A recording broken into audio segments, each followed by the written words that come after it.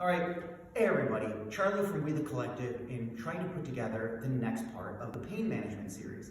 Now, with a lot of people that I've worked with over the years, even myself, this is to address something known as scapular winging. So this ends up happening when the shoulder ends up a little bit too internally rotated and the shoulder blade itself starts to peel away from the rib cage. So there's usually some discomfort around the shoulder, sometimes in the mid back, sometimes in the low back, and this is how I go ahead and address some of it. When we're working on shoulders, one of the funny things that I like to think about is shoulders actually prefer to be depressed. So with all these other issues out in our society now about depression, this is the one time we actually want them to be depressed. And that's the action of pulling them down.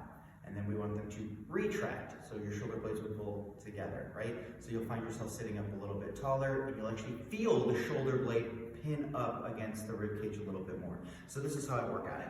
It's known as IYTs, and I guess there's probably some Michael Jackson joke about PYTs, but it's actually just the shapes that we kind of find within our body. So I've had a bench. This one's at about 30 degrees, because it actually says it on the side of this one, but it doesn't really matter. The idea is you want to be somewhat supported.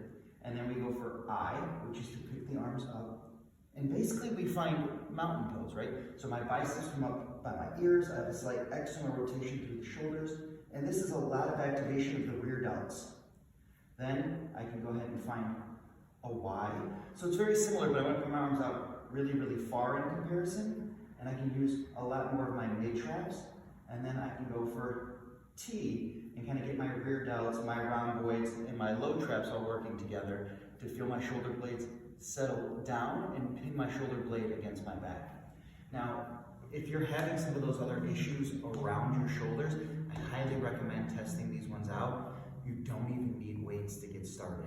A lot of times it is such a low movement or such a movement that we kind of ignore and move away from. Even having no weights in your hands, after about 30 seconds or so of just trying to pick your arms up and put them back down, can still be really challenging for me as I go ahead and try to develop my back a little bit more.